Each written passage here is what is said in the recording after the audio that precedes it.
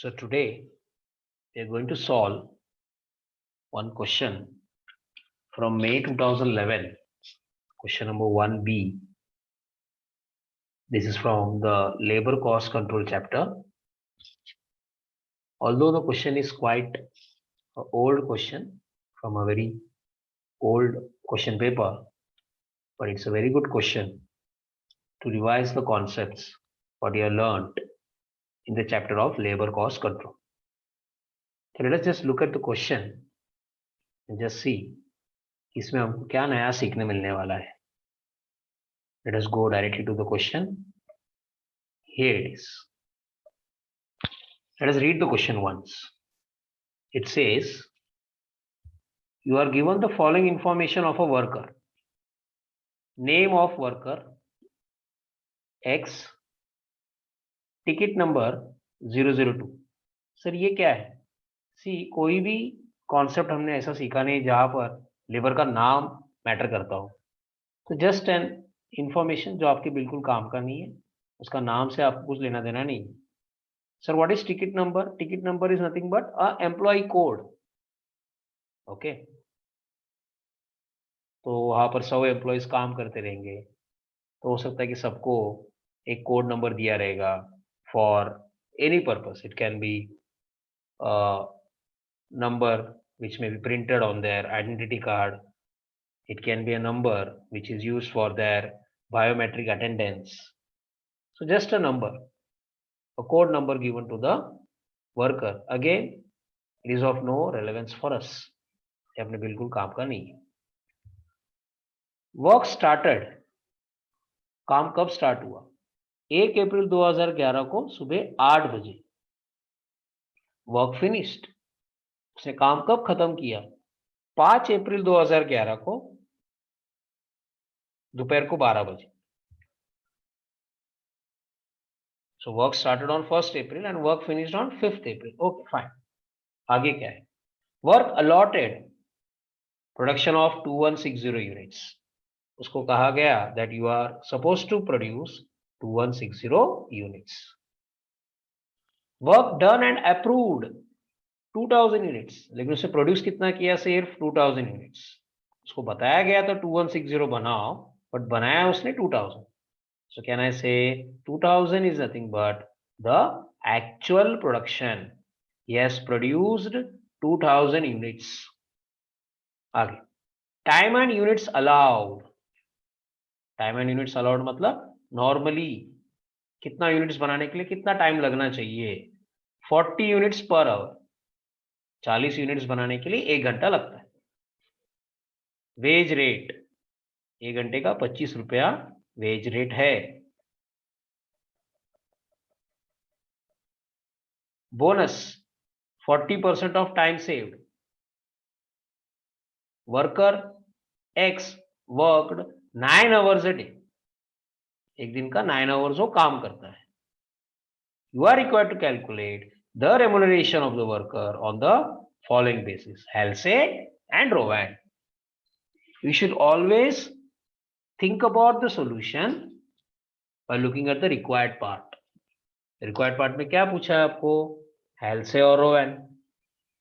जैसे हेल्से और रोवैन के बारे में आपको रिक्वायर्ड पार्ट पूछा है, इमीडिएटली आपके दिमाग में क्या आना चाहिए?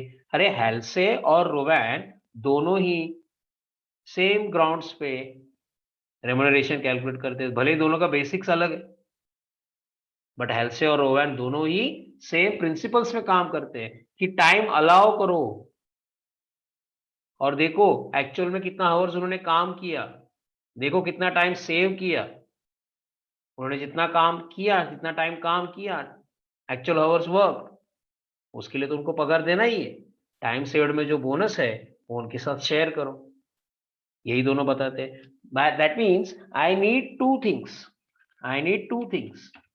वन इज टाइम अलाउड, बरोबर है. Then I need the actual hours, या फिर जिसको हम लोग क्या बोलते हैं? Time taken. Once I get time allowed and time taken, I will automatically get what? Time saved. तो do not rush into the solution. हेल्से पूछा है, चलो हेल्से का फॉर्मूला लिखते हैं। रोवैन पूछा, चलो रोवैन का फॉर्मूला पूछते। नो, फॉर्मूला लिख के कुछ अचीव नहीं होगा। You have to first think कि इन दोनों को सॉल्व करने के लिए क्या क्या लगने वाला है। Time allowed, time taken and time saved. So let us focus on that part. How do I calculate time allowed, time taken, and time saved? Let us start with the first thing, that is how to calculate the time allowed part. See, time allowed should be always calculated for the units that the worker has produced. कि भाई ये worker ने कितना units produce किया और ये units बनाने के लिए नॉर्मली कितना आवर्स लगना चाहिए, वो आपने देखना है। तो यहां पर देखिए, ये आपको जानबूझ के कंफ्यूज करने के लिए दिया है कि work allotted 2160 units, work done 2000 units. So हमारे लिए क्या काम का है, वर्क डन काम का है 2000 units. So always remember, whenever you are calculating the time allowed, it should be on the basis of the actual units produced by the worker. So in this question, even though he was said to produce 2160, he has produced 2000। तो आपको यही देखना पड़ेगा कि 2000 units बनाने के लिए normally कितना टाइम अलाउ होता है। For that you can use this data कि 40 यूनिट्स बनाने के लिए 1 आवर लगता है, एक्चुअल में कितना यूनिट्स प्रोड्यूस किया, 2000 units. Okay, so you can calculate time allowed something like this, units hours. 40 units बनाने के लिए 1 आवर लगता है, उसने 2000 यूनिट्स प्रोड्यूस किया, तो 2000 यूनिट्स के लिए कितना आवर, तो time allowed will be equals to cross multiplication 2000 into 1, of course 2000 directly भी लिख सकते हो आप, divided by what, divided by 40। so that will give me 2000 divided by 40, the answer will be 50। so what is 50? 50 is 50 hours। So my time allowed comes to 50 hours। That was pretty easy। इसमें क्या ध्यान में रखना था, 2160 के तरफ मत ध्यान दो, because that is what he was asked to do, but what he has actually done, he has produced 2000 units। So you should always focus on how much he has produced। उसके लिए कितना टाइम नॉर्मली लगना चाहिए वो आपको निकालो। तो time allowed मिल गया 50 hours. The next task is to calculate the time taken या फिर actual hours, whatever you want to call it।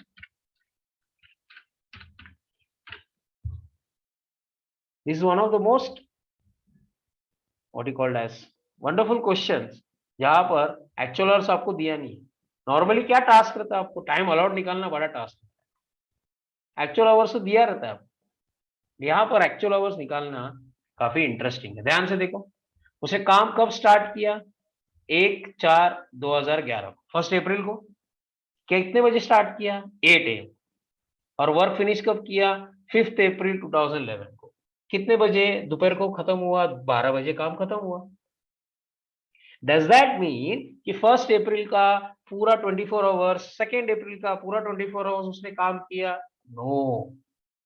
उसने बोला है ना, एक दिन में वो कितना आवर्स काम करता है, 9 आवर्स काम करता है। So this will help you to calculate the actual hours। See how nice this question is।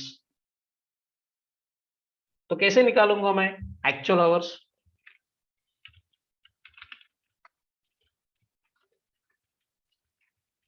सबसे पहले काम कब स्टार्ट किया, he started the work on 1 अप्रैल। तो 1 अप्रैल को 8 बजे काम चालू किया, अज्यूमिंग दैट 8 बजे उसका फैक्ट्री स्टार्ट होता है। 8 बजे काम स्टार्ट किया, 1 अप्रैल पूरा काम किया उसने, बिकॉज 5 अप्रैल तक काम चला ना। दैट मीन्स 1 अप्रैल पूरा काम उसने पूरा दिन किया। तो will I take 24? No, I will take how many hours, 9 hours. क्या 2 अप्रैल को काम खत्म हुआ? नहीं, 2 अप्रैल को भी काम चलता रहा, अनदर 9 आवर्स। क्या 3 अप्रैल को काम खत्म हुआ? No, another 9 hours. 4 अप्रैल को काम खत्म हुआ? No, another 9 hours. क्या 5 अप्रैल को पूरा काम चला क्या? Will I take 9 hours? No. सुबह 8 बजे आया, 12 बजे काम खत्म हुआ, तो 8 to 9, 9 to 10, 10 to 11, 11 to 12. That means he has worked 4 hours.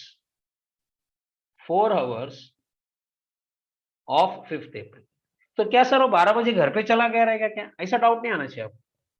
12 बजे के बाद उसने और कोई टास्क लिया रहेगा, और कोई प्रोडक्शन किया रहेगा, लेकिन ये 2000 यूनिट्स का प्रोडक्शन 5 अप्रैल को 12 बजे खत्म हुआ। इन सिंपल वर्ड्स, 1 अप्रैल, 2 अप्रैल, 3 अप्रैल, 4 अप्रैल, 9 घंटा काम किया 4 दिन, वो 36 आवर्स हुआ, और 5th अप्रैल को 4 घंटा काम करके 2000 यूनिट्स बना के हो गया।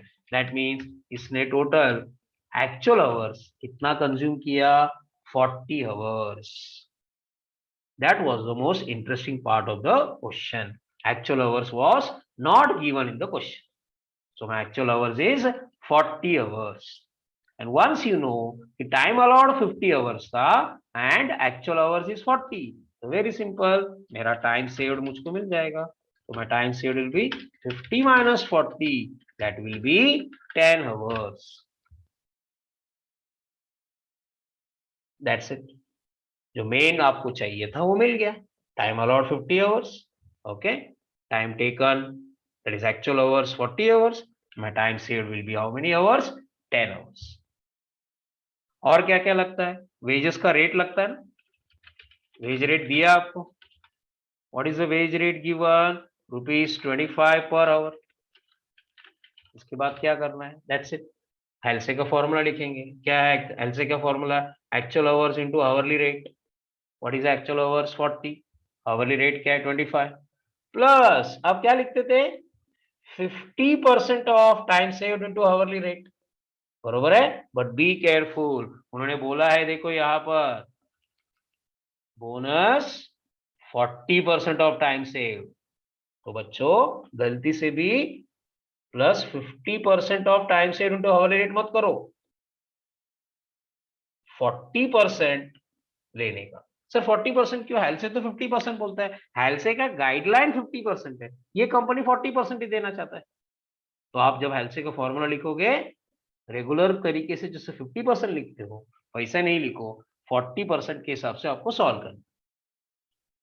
रोवैन में तो खैर परसेंटेज रहता ही नहीं है, actual hours into hourly rate, बरोबर है। प्लस एक प्रोपोर्शन लिखते हैं हम time saved upon time allowed का, फिर into actual hours into hourly rate, तो वो तो नॉर्मल फॉर्मूले लिखना है। ये परसेंटेज सिर्फ कहां पर? हेल्से के टाइम पे, instead of 50 you have to take what? 40। Okay, so जो मेन इंपॉर्टेंट बात था टाइम अलाउड कैलकुलेट करना और एक्चुअल आवर्स, वो मैंने आपको निकाल के बता दिया है। आगे आपको सिर्फ फॉर्मूला लिखना है, 50 की जगह पे 40% लेना है, उस बात का याद रखो, and you can definitely finish the entire solution. Okay, so आगे आप कंटिन्यू करो, और आपको आपका आंसर कंफर्म करना है। यहाँ पर मैंने आंसर भी दिया हुआ है, वो आप पॉज करके या फिर नोट डाउन करके रख सकते हो। फाइनल आंसर आप आपका कंफर्म कर सकते हो। हेल्से के हिसाब से फाइनल आंसर आना चाहिए ₹1100, और रोवैन के हिसाब से फाइनल आंसर आना चाहिए ₹1200। Okay, so I hope all the concepts are clear. You can definitely solve the entire question. Okay, चलो, थैंक यू वेरी मच।